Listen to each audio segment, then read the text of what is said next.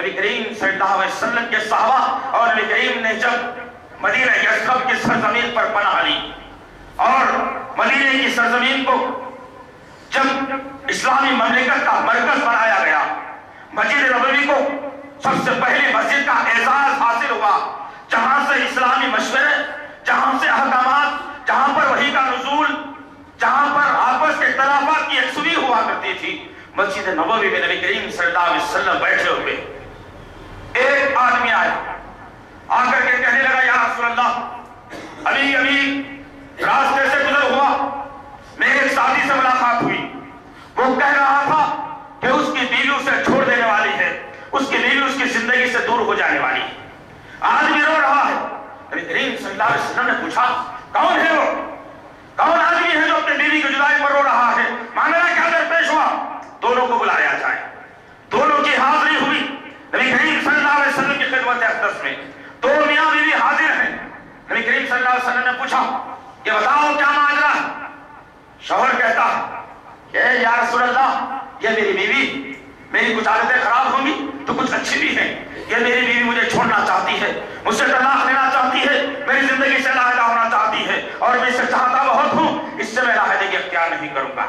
نبی کریم صلی اللہ علیہ وسلم نے عورت کی طرف دیکھا، پھر پوچھا کہ کیا بات ہے، تمہارا جو شوہر کہہ رہا ہے صحیح ہے؟ وہ عورت کہہ رہی تھی ہاں، یہ آدمی مجھے مارتا ہے، بےہودہ الفاظ اختیار کرتا ہے، تبھی تو میں اسے چھوڑنے کا ارادہ کر رہی ہوں، میں اس کی زندگی سے علیحدگی اختیار کر لوں گی۔ اللہ اکبر! وہ کوئی اور نہیں، ایک حسین و جمیل خوبصورت جوڑے کا نام تھا جن کا نام حضرت بریرہ رضی اللہ تعالی عنہ اور حضرت مغیث رضی اللہ تعالی عنہ۔ حضرت بریرہ رضی اللہ تعالی عنہ عائشہ صدیقہ رضی اللہ عنہ کی بادی تھی، لیکن جب اسلام سے پہلے باندیوں کا بھی کیا رول تھا وہ بھی بتا دوں کہ جس کے گھر میں ذوالخلیل غلام ہو وہ اپنے طور پر کوئی اپنی حکمرانی نہیں دیتا تھا، اس کا کوئی حکم نہیں چلتا تھا، لفظ سنا، اپنے مالک کا حکم سنا اور کام کرتے رہنا، اس کا کام اتنا ہی تھا، کوئی مشورہ اس کا قبول کرنے والا نہیں، کوئی اس کو اچھی بات میں بلانے والا نہیں، کوئی اس کے حکم کو سننے والا نہیں۔ اس لیے کہ باندی اور غلام کو انتہائی کم تر درجہ دیا گیا تھا اسلام کے اندر، چاہے وہ عورت ہو خواہ وہ مرد ہو، دونوں کو کم تر درجہ دیا گیا تھا۔ اسلام جب آیا، اب دیکھیے اللہ رب العزت نے عورت کو کتنی بڑی طاقت اور اصول سکھایا تھا۔ بریرہ رضی اللہ عنہ نے کہا ہاں یا رسول اللہ، میرا شوہر کہہ رہا ہے جو بات صحیح ہے، میں بھی اس سے تنگ آ چکی ہوں، اب اس کو چھوڑنے کا میں نے ارادہ کر لیا ہے۔ وہ عورت نبی کریم صلی اللہ علیہ وسلم نے کہا اے بریرہ، کچھ دن اور ساتھ میں رکھ لو، ہو سکتا ہے تمہاری زندگی بہترین ہو جائے، ہو سکتا ہے تم دونوں میں اختلاف ختم ہو اور محبت قائم ہو جائے۔ وہ عورت نے نبی کے الفاظ کو سنا اور پلٹ کر سوال کرتی ہے کہ یا رسول اللہ، ذرا یہ بھی تو بتائیے کہ یہ آپ جو الفاظ بتلا رہے ہیں یہ نبوت والی زبان سے کہہ رہے ہیں یا بشریت والی زبان سے کہہ رہے ہیں، یا اللہ کا حکم ہے اس معاملے میں کہ ہم دونوں رہنا ہے، یا آپ انسانی انسان ہونے کے ناطے انسانی زبان سے کہہ رہے ہیں کہ ہمدردانہ طور پر کہ آپ ایسے ہی دونوں مل کر کے رہ جاؤ؟ تو نبی کریم صلی اللہ علیہ وسلم نے کہا اے بریرہ، اللہ کا حکم نہیں آیا ہے، اللہ کا حکم نہیں، وحی نہیں آئی، میں بھی بشر ہوں، درد جانتا ہوں، لہذا میں چاہتا ہوں کہ تم دونوں مل کر کے رہیں۔ اللہ اکبر! اس عورت نے پلٹ کر کہا اختیار کس کو کہا گیا، مساوات کس کو کہے گئے، برابری کا درجہ عورتوں کو کیسے دیا گیا، اسلام سکھا دیا۔ عورت پلٹ کر کہتی ہے کہ یا رسول اللہ، اگر نبوت والی زبان سے آپ کے مشورہ نہیں دیتے تو پھر میں آپ کے مشورے کو نہیں مانوں گی۔ اللہ اکبر! اور کرنے کی بات ہے، وقت کے نبی ہیں، مشورہ دے رہے ہیں، سمجھا رہے ہیں، اصول ضابطہ بتلا رہے ہیں، عورت کہتی ہے کہ مجھے مشورہ قبول نہیں ہے، میں اس مشورے کو قبول نہیں کروں گی آپ کے۔ اللہ اکبر! ایک وہ وقت تھا کہ لڑکی پیدا ہوتے دفنانے کا حکم دیا گیا تھا، ایک یہ بھی وقت ہے کہ عورت نبی کے سامنے بیٹھ کر نبی کے انسانی مشورے کو قبول کرنے سے انکار بھی کر رہی ہے۔ اسلام یہ سکھایا ہے، اسلام نے عورتوں کا مقام مرتبہ یہ بتلایا ہے، اسلام سکھایا ہے کہ عورت کیا ہوتی ہے، اس کی نزاکت کیا ہوتی ہے، اس کا سلوک کیا ہوتا ہے، اس کا انداز کیا ہوتا ہے۔ ذرا غور کرنے کی بات ہے عزیزان محترم، کتنا بڑا مقام مرتبہ اللہ رب العزت نے اسلام کے ذریعے سے عورتوں کا بڑھایا اس وقت کو بھی یاد رکھنا ہے کہ ایک سفر سے نبی کریم صلی اللہ علیہ وسلم کے ساتھ اما عائشہ صدیقہ رضی اللہ تعالیٰ عنہا گزر رہی. راستے میں پڑاؤ ڈالا گیا، کسی وجہ سے اما عائشہ صدیقہ رضی اللہ عنہا چھوٹ جاتی. واقعہ بڑا طویل ہے، میں مختصر آج کے عنوان کے تحت بات بتانا چاہ رہا ہوں. رک گئی راستے میں، لوگ ڈھونڈتے ہوئے آئے، دیکھا کہ امت وہاں بیٹھی ہوئی ہے، گدالے میں بٹھا دیا گیا اور اس مقام پر لے جایا گیا جہاں پر نبی کریم صلی اللہ علیہ وسلم مدینے میں رکے ہوئے تھے. لا کر کے نبی کریم صلی اللہ علیہ وسلم چھوڑ دیا گیا. لیکن مدینے میں فضا پھیلا دی منافقوں نے، اسلام کے دشمنوں نے، کہ نعوذ باللہ من ذالک اعوذ باللہ، کہ یہ لوگ عائشہ صدیقہ کے تعلقات فلاں شخص سے ہے. نعوذ باللہ من ذالک اعوذ باللہ. نبی کو برا لگا، نبی نے پہلے انکار کیا، پھر بعد 1 مہینے تک 30 دن تک مسلسل عائشہ صدیقہ اور نبی کریم صلی اللہ علیہ وسلم کے درمیان میں کوئی گفتگو نہیں ہوتی. ہر آدمی نے منوانے کی کوشش کی. عائشہ صدیقہ رضی اللہ عنہا نے کہا کہ میں نبی پر یقین رکھتی ہوں، ایمان رکھتی ضرور ہوں، لیکن وہ میرے شوہر بھی ہیں. جب کوئی آدمی آ کر کے مجھے بات بتا دیا تو وہ یقین کیسے کرتے ہیں؟ میری پاک بازی پر حرمت آ گئی ہے، نشان پڑ گیا ہے. اب میرا رب جو فیصلہ دے گا اس فیصلے کو عائشہ قبول کرنے کے لیے تیار ہے. 30 دن کے بعد اللہ رب العزت سورہ نور کی آیتوں کا نزول کرتا ہے نبی کریم صلی اللہ علیہ وسلم کے قلب اطہر کے اوپر، اور اما عائشہ صدیقہ رضی اللہ تعالیٰ عنہ کی پاکیزگی، پاک دامنی کا تذکرہ کر دیتا ہے اللہ تعالیٰ. جب یہ وحی نازل ہوئی، نبی کریم صلی اللہ علیہ وسلم کے چہرے پر متانت اور مسکراہٹ آ گئی. اللہ کے رسول صلی اللہ علیہ وسلم عائشہ صدیقہ رضی اللہ تعالیٰ عنہ کے پاس آئے، آ کر کہنے لگے کہ عائشہ، اللہ میں تجھے معاف کرنے کے لیے تیار ہوں اور اللہ بھی تجھے معاف کر رہا ہے. نبی کریم صلی اللہ علیہ وسلم کے جو الفاظ عائشہ صدیقہ رضی اللہ تعالیٰ عنہ کے کانوں میں جب پڑھتے، عائشہ صدیقہ رضی اللہ تعالیٰ عنہ نے کہا یا رسول اللہ، یہ معافی آپ کے طرف سے ہے یا میرے رب کے طرف سے؟ کہا کہ عائشہ، رب نے تجھے برات کا اختیار دیا ہے، تیری پاکیزگی کی آیتوں کا نزول کیا ہے. جس پر عائشہ صدیقہ رضی اللہ عنہا نے کہا کہ اگر آپ مجھے معاف کرتے تو میں آپ کی معافی کو قبول نہیں کرتی. میرا رب مجھے معاف کیا ہے، میں تمہاری معافی کو قبول کرنے کے لیے تیار ہوں. اللہ اکبر. اور جننے کی بات ہے عزیزان محترم، کتنا بڑا اونچا مقام اور مرتبہ عورتوں کا اسلام نے دیا ہے. سمجھایا دنیا کو عورت ذلیل کرنے کی چیز نہیں، عورت بازار میں بیچنے کی چیز نہیں، عورت کو بڑھانا پھلانے کی چیز نہیں، عورت کو 2 روپے بیچنے کی چیز نہیں ہے. عورت کے معنی ہی پردے کے ہیں، عورت کے معنی ہی ایسی چلمت جس کے اس پار کچھ نظر نہ آئے. عورت اسی کو کہا گیا ہے، عورت اسی کے معنی میں رکھا گیا. پھر اسلام جب آیا تو عورت کا مقام مرتبہ بھی کیسا بڑھا دیا اللہ تعالیٰ نے. حضرت قولہ بنت صالح رضی اللہ تعالیٰ عنہ اپنے شوہر سے کچھ مباحثہ ہوا. شوہر نے پلٹ کر اپنی بیوی سے کہہ دیا اے قولہ، تیری پیٹ میری ماں جیسی. ابھی طلاق کا لفظ اختیار نہیں ہوا تھا، طلاق کے اصول و ضوابط نہیں معلوم تھے.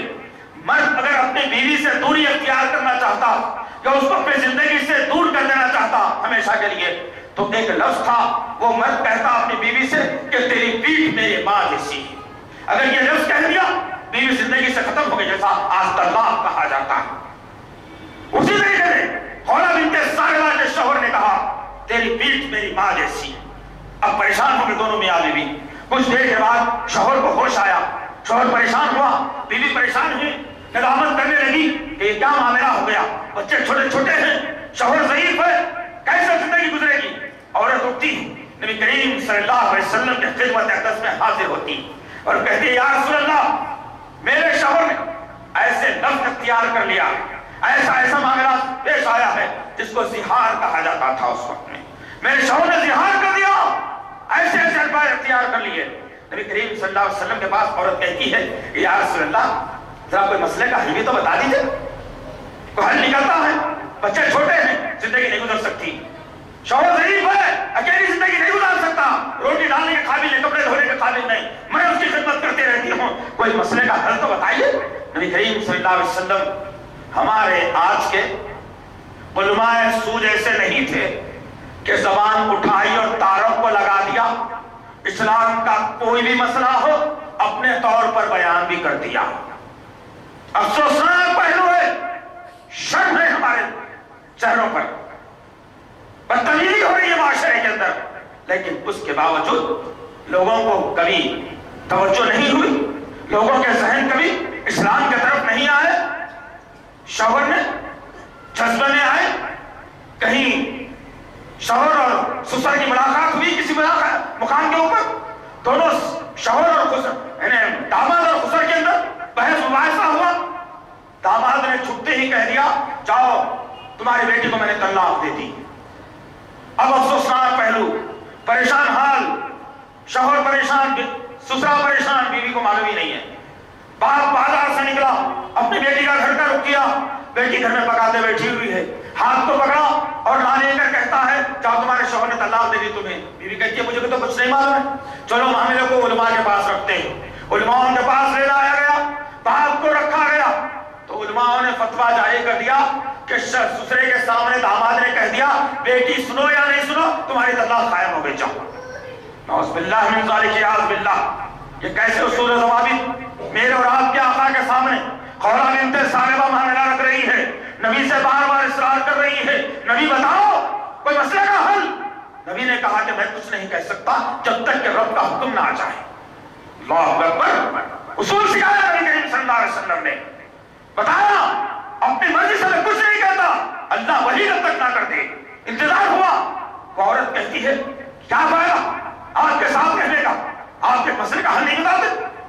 ابھی عائشہ صدیقہ رضی اللہ عنہا کہتی ہے کہ عورت کے الفاظ میں کچھ غصہ ہوا اور عورت نبی کی طرف دیکھی اور میری طرف دیکھتی ہے اور نبی کے الفاظ کو چھوڑ کر وہ عورت اپنے دونوں معصوم ہاتھوں کو نیل و آسمان کی طرف اٹھا دیا اور میں نے اس عورت کے صرف ہلتے ہوئے ہونٹوں کو دیکھا۔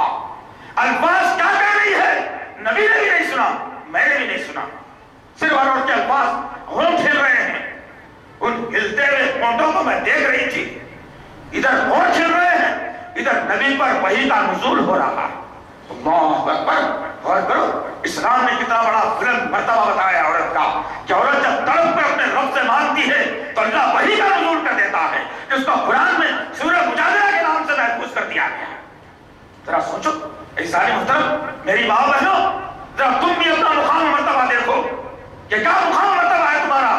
جب تم سوچ فکر رکھتی تھی، جب تم رب کے سامنے گر گراتی تو نبی کے قلب اطہر پر وحی کا نزول ہوتا جس کو قرآن میں محفوظ کر دیا جاتا۔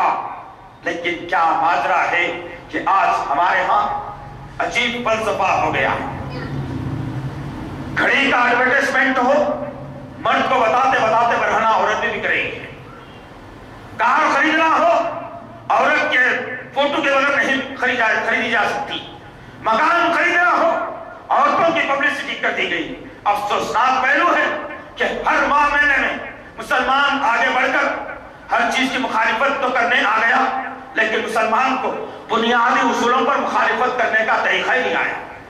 ہونا تو یہ چاہیے تھا۔ آج عورتوں کی عصمتیں پامال ہو رہی ہیں، آج عورتوں کو برہنہ ہورڈنگ پر لا دیا گیا، آج عورتوں کو در در پھرنے پر مجبور کر دیا گیا، آج غیروں کے بستروں پر عورت کو بکنے پر مجبور کر دیا گیا۔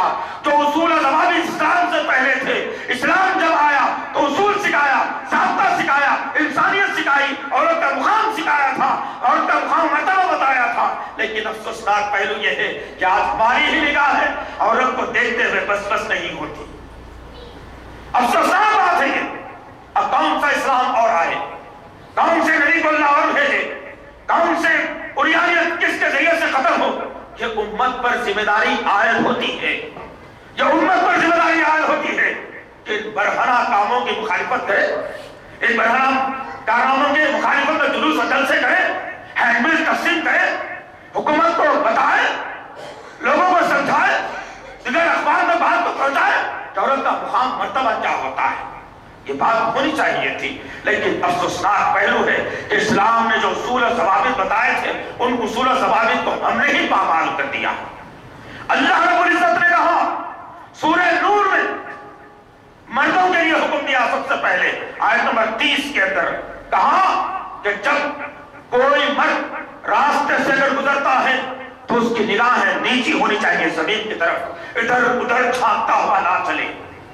دوسری آیت میں 31 نمبر کی آیت میں اللہ نے واضح کر کے بتایا، عورتوں کو حکم دے کر کے کہا کہ اے عورتوں، جب تم باہر نکلو، کسی راستے سے تم گزرتی رہو تو اپنی نگاہوں کو زمین کی طرف ڈال کر چلا کرو، زمین کی طرف دبا کر چلا کرو، اور زمین پر پاؤں مارتی ہوئی نہ چلو، جس سے تمہارا بناؤ سنگار ظاہر ہو جائے۔ یہ دور جاہلیت کے کام میں کہا اللہ تعالیٰ نے، سمجھایا؟ اللہ کی ذمہ داری اللہ نے مکمل کر لی۔ لیکن آج کیا معاملہ ہے، غور کرو تو صحیح۔ ابھی 3 دن پہلے اخبار میں نیوز آئی کہ وٹل پلیا جہنما کی طرف رہنے والے ایک آدمی جو آٹو چلانے والا ہے، پہلی ایک بیٹی ہوئی تو بڑی ہی آسودگی میں زندگی گزار رہا تھا، دوسرا حمل پھر ہو گیا بیوی کو، جب دوسرے کیمپر ہوئی، جب لڑکی پیدا ہوئی، ادھر لڑکی پیدا ہوئی، ادھر خبر سنی، ادھر گیا زہر پی کر خودکشی کر لی۔ کیوں تو پوچھا گیا کہ جب وہ نکلا دواخانے سے تو جب اپنے گھر کی طرف رخ کیا اور آخر گھر میں غصے میں آنے لگا کہ ابھی بھی دوسری بھی لڑکی ہوئی ہے، یہ لڑکیوں سے تنگ آ گیا ہوں، بیزار ہے اسی زندگی سے، رہنے سے مر جانا بہتر ہے۔ یہ کب کی بات تھی؟ اسلام سے پہلے کی بات تھی۔ اب آئیے انہی عورتوں کے متعلق نبی کریم صلی اللہ علیہ وسلم نے کیا کہا۔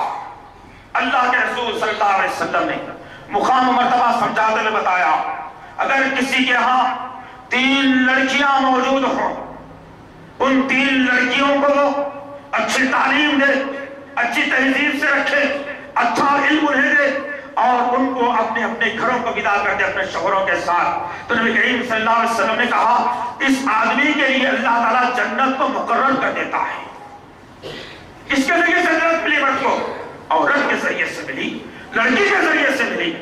بتایا سمجھایا گیا عورتوں کو کبھی بھی کمزوری کا ذریعہ نہ سمجھو، لڑکیاں پیدا ہو تو غم کا اظہار نہ کرو، رزق اللہ دینے والا ہے، تمہیں جو دیتا ہے رزق کو بھی دینے والا ہے۔ آج کیا معاملہ ہو گیا ہے؟ آج یہی معاملہ ہمارا ہو گیا ہے آج کہ جس کے ہاں لڑکیاں ہو، جس کے ہاں لڑکیاں پیدا ہو، پریشانی کے عالم میں آ جاتا ہے آدمی، ارے کیا کرنا ہے، اس کی وجہ کیا ہوئی؟ کیوں آدمی پریشان ہو رہا ہے؟ رشتہ دینا تو اللہ کے ذمہ ہے، لیکن آدمی پریشان کیوں ہو رہا ہے؟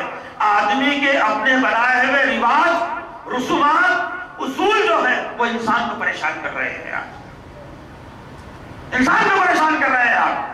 اس وقت کو یاد کرنا ہے کہ حضرت جلبیر رضی اللہ تعالیٰ عنہ جو اصحاب صفہ میں شامل ہیں، نبی کریم صلی اللہ علیہ وسلم نے دیکھا اور کہا کہ اے جلبیر کیا بات ہے، اکیلے ہو، نکاح کیوں نہیں کیا؟ پلٹ کر کہنے لگے یا رسول اللہ اس شہر میں مجھے کون جانتا ہے، فلاں علاقے کا رہنے والا ہوں، کوئی رشتہ دار نہیں، کوئی جاننے والا نہیں، اصحاب صفہ میں شامل ہوں، جو آتا ہے کھا کر زندگی گزار رہا ہوں۔ نبی کریم صلی اللہ علیہ وسلم نے ایک صحابی کے گھر کی طرف اشارہ کیا اور کہا کہ جاؤ اس گھر پر دستک دو اور کہو کہ اللہ کے رسول نے تمہاری لڑکی کے لیے مجھے رشتے کے لیے بھیجا ہے۔ وہ آدمی گیا، دروازے پر دستک دی، اندر سے آواز آئی، کون؟ کہا کہ میں جلبیر اصحاب صفہ میں رہتا ہوں، آنے کا مقصد؟ کہا کہ اللہ کے رسول نے بھیجا، اللہ کے رسول نے بھیجا ہے کہ تمہاری لڑکی سے مجھے رشتہ چاہیے۔ اندر سے آواز آئی کہ ارے بھائی جان نہ پہچان، کوئی شہر میں ہے تمہارا؟ کوئی نہیں، رشتہ دار میں دوست احباب نہیں، اڑوس پڑوس میں نہیں، پھر کیسے تم کو ہماری لڑکی دیتے؟ جب یہ گفتگو ہو رہی تھی، ایمان والی لڑکی پیچھے ماں باپ کے کھڑی ہوئی ہے، یہ الفاظ کو سن رہی ہے۔ جب وہ آدمی مایوسی کے حالت میں پلٹ رہا تھا، اس لڑکی نے پلٹ کر اپنے ماں باپ کا غیرت دلائی اور کہا آنے والے کو نہ دیکھو، بھیجو تو انہیں اس کو دیکھا جائے گا، اللہ کے رسول نے بھیجا ہے ہمارے رشتے کے لیے، میں تیار ہوں رشتہ کرنے کے لیے۔ اللہ اکبر! یہ طریقہ کار آج ہماری ماں بچہ انٹر کرا ہوا ہے، ہماری لڑکی سے تعلیم میچ نہیں کھاتی، ہم یہ رشتہ نہیں کریں گے۔ نعوذ باللہ من ذالک، یا باللہ، میری ماں بہنوں آج سدھر جاؤ، تم بگڑی، معاشرہ بگڑ گیا، تم سدھر جاؤ، معاشرہ سدھر جائے گا انشاءاللہ العزیز۔ جس وقت تم توحید پر قائم تھی، جس وقت تم شرک سے بچتی تھی، جس وقت تمہارے زبانوں پر اللہ کا ذکر ہوا کرتا تھا، جس وقت تم قرآن کی تلاوت کرتی تھی، جس وقت تم نوافل کے اندر محفوظ رہتی تھی، جب نوافل کثرت سے پڑھا کرتی تھی، تو ذرا غور کرو تو صحیح، تمہاری کوکھ سے پیدا ہونے والوں میں انبیاء بھی ہیں، تمہاری کوکھ سے پیدا ہونے والوں میں اولیاء بھی ہیں، تمہاری کوکھ سے پیدا ہونے والوں میں ائمہ بھی ہیں، تمہاری کوکھ سے پیدا ہونے والوں میں ہر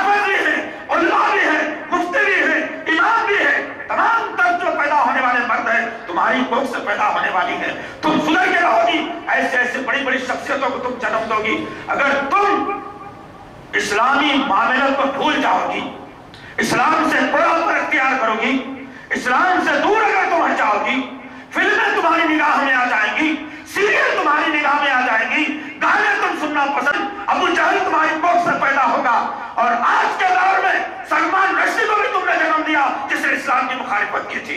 جب تم اسلام سے پھر گئی تو تم نے ایسے لوگ مردوں کو جنم دیا جو اسلام کی مخالفت کرنے والے ہیں. اور تم سدھر کر جاؤ گی تو انشاءاللہ تعالیٰ پھر سے اللہ تعالیٰ اولیاء کو پیدا کرے گا, اسلام کے محافظین کو پیدا کرے گا, اسلام کے سچے ماننے والوں کو اللہ پیدا کرے گا.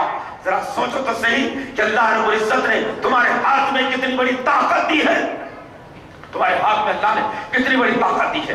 اس طاقت کا تم استعمال کرو. اولاد اگر 7 برس کی ہو جائے تو اس سے نماز کی تاکید بھی کرو. لڑکی اگر جوان ہو جائے اس کو نگاہوں سے پردہ کرنے کا حکم بھی تم دو. آج تم ہی ہو جو اپنی لڑکیوں کو بے پردہ لے کر بازاروں میں گھومتی ہو. تمہاری عمر ہو گئی, تم برقع میں رہتی ہو, تمہاری جوان لڑکیاں بے پردہ گھومتی ہیں, تمہاری جوان لڑکیاں سینما دیکھنے جاتی ہیں, تمہاری جوان لڑکیاں شاپنگ کے لیے جاتی ہیں, تمہاری جوان لڑکیاں 20-30 کلومیٹر لوگوں کی گودوں میں بیٹھ کر تعلیم کے نام پر عصمت کو پامال کر رہی ہیں. آج تم سدھرو. آج کب تک اپنی زندگی کو ایسے لاوارث بناؤ گی؟ اللہ رب العزت نے اسلام میں لا کر تمہارا مقام مرتبہ بڑا بیان کر دیا, تمہارا اونچا مقام کر دیا اللہ رب العزت نے. لیکن اس مقام کو جب تم سمجھ نہیں پاتی ہو تو پھر معاشرہ پورا جہالت کی طرف جا رہا ہے. ہر ماں اپنے بیٹے کو اگر اسلامی تعلیم کی طرف اگر نہ دے تو کوئی نوجوان اپنے 2 ہونٹوں کے درمیان میں سگریٹ نہیں دبائے گا, اس کے کنوں میں کبھی گٹکا نہیں رہے گا, اس کے زبان سے کبھی گانے نہیں نکلیں گے, اس کے کان کبھی برائی نہیں سنیں گے, اس کے کان آنکھ کبھی بریائی کی طرف نہیں جائیں گے. کہ ماں کا حلقہ بنتا ہے. اسی ضمن میں نبی کریم صلی اللہ علیہ وسلم کی ایک حدیث سنا کر اپنی بات کو میں ختم کر دوں گا کہ ایک عورت کا مقام مرتبہ اللہ کے رسول نے کتنا بلند بتایا ہے. ایک آدمی نبی کریم صلی اللہ علیہ وسلم کی خدمت اقدس میں آیا اور پوچھنے لگا کہ یا رسول اللہ ذرا بتانا تو صحیح کہ میرے حق کا حقدار سب سے پہلے کون ہے؟ کہا تیری ماں. وہاں سے دوسرا سوال کیا؟ پھر کون؟ کہا کہ پھر تیری ماں. تیسری بار سوال کیا اس آدمی نے, پوچھا پھر کون؟ کہا کہ تیری ماں. چوتھی مرتبہ آدمی سوال کرتا ہے تو کہتا ہے کہ تیرا باپ. اس سے بتائیں چلاؤ 2 اصول نکلتے ہیں اس کے اندر. ایک تو یہ کہ اسلام نے عورت کا مقام مرتبہ کتنا بلند بتایا ہے مرد سے. دوسری بات یہ نکلتی ہے ایک ماں کی اپنی ذمہ داری ہوتی ہے کہ وہ اولاد کے ساتھ میں کیسا طریقہ کار اختیار کرے, اس اولاد کی وہ کیسی تربیت کرے, اس اولاد کو کس سانچے میں ڈھالے, اس اولاد کو کس سمت میں لے جائے, یا اس اولاد کو جہنمی بنائے یا اس اولاد کو جنتی بنائے. ایک ماں کے ہاتھ میں ہوتا ہے. ماں اگر صحیح ہوتی ہے تو اولاد دیندار ہو جاتی ہے. ماں اگر بگڑی ہوئی ہوتی ہے تو بچہ گھر میں گانے گاتے ہوئے جاتا ہے, گھر سے گانے گاتے ہوئے نکلتا ہے. اسے نماز کا احساس نہیں رہتا, اسے اللہ کے گھر کا خوف نہیں رہتا, اسے بڑوں کا احترام نہیں رہتا, اسے قرآن پڑھنے نہیں آتا, اسے سورت یاد نہیں رہتی, اسے اللہ کا ذکر کرنے نہیں آتا. تب جب ماں بگڑ جاتی ہے, تب ماں سدھر جاتی ہے تو انشاءاللہ معاشرے میں امن اور سکون قائم ہو جاتا ہے. آج شدید ضرورت ہے میری ماں بہنوں, اسلام کے لیے تمہاری ضرورت ہے, معاشرے کے سدھار کے لیے تمہاری ضرورت ہے, اسلامی تعلیمات پھیلانے کے لیے تمہاری ضرورت ہے. تم سوچو تو صحیح کہ اللہ رب العزت نے تمہارا کیا بلند مقام بنایا ہے, کتنا اونچا مقام بنایا ہے تمہارا. تم اپنے مقام اور مرتبے کا پاس و لحاظ رکھو, پاس و لحاظ رکھو, تب جا کر کے سمجھ میں آئے گا کہ میری ذمہ داری کیا ہے. اپنی ذمہ داری کو تم سمجھو تو صحیح. اگر تم اپنی ذمہ داری کو نہیں سمجھتی تو نبی کریم صلی اللہ علیہ وسلم نے معراج میں سب سے زیادہ جہنم میں جن کی تعداد دیکھی وہ عورتوں ہی کی تھی, عورتوں ہی کی تھی. اس لیے کہ تم جب اپنی ذمہ داری سے منہ موڑ لو گی تو جہنم میں جانے کے قابل بن جاؤ گی. تم اپنی ذمہ داری کو سمجھ جاؤ گی تو معاشرہ امن اور سکون میں آ جائے گا انشاءاللہ العزیز. اللہ سے دعا ہے کہ اللہ رب العزت جو کچھ بھی کہا گیا ہے کہنے والے کو سننے والوں کو صحیح طور پر عمل کرنے کی توفیق عطا فرمائے. اے اللہ اے غفور رحیم, آج عورتوں کی قسمتیں پامال ہو رہی ہیں,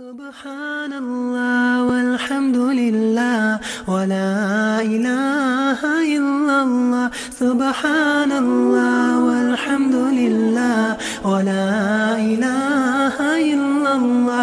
Subhanallah walhamdulillah wa la ilaha illallah.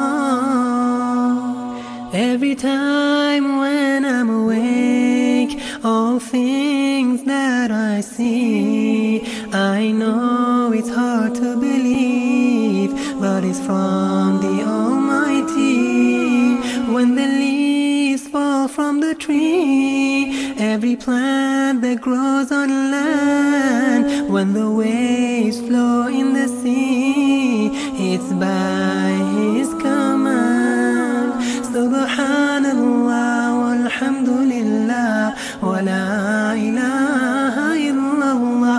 Subhanallah walhamdulillah wa la ilaha illallah.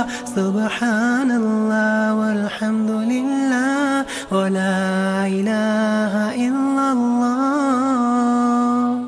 To Allah do I return, paradise is what I'll earn if I work hard and pray to my Lord every day. So Allah give me the strength, show me the way the Prophet went. Let me hold tight to your robe. Without Islam there is no hope. Subhanallah walhamdulillah wa la ilaha illallah. Subhanallah walhamdulillah wa la ilaha illallah. Subhanallah walhamdulillah wa la ilaha illallah. Ya Allah, I thank you for my clothes and my food. As I live throughout this test, I'll remember I've been blessed. Ya Allah, hear my dua. Please help your ummah so that we can all unite and praise you day and night. Subhanallah walhamdulillah wa la ilaha illallah. Subhanallah walhamdulillah wa la ilaha illallah. Subhanallah walhamdulillah wa la ilaha illallah. Subhanallah walhamdulillah wa la ilaha illallah. Subhanallah walhamdulillah wa la ilaha illallah. Subhanallah walhamdulillah wa la ilaha illallah. Subhanallah walhamdulillah wa la ilaha illallah. Subhanallah walhamdulillah wa la ilaha illallah. Subhanallah walhamdulillah wa la ilaha illallah. Every time when I'm awake, all things that I see, I know it's hard to believe, but it's from the Almighty. When the leaves fall from the tree, every plant that grows on land, when the waves flow in the sea, it's by His command. Subhanallah walhamdulillah wa la ilaha illallah.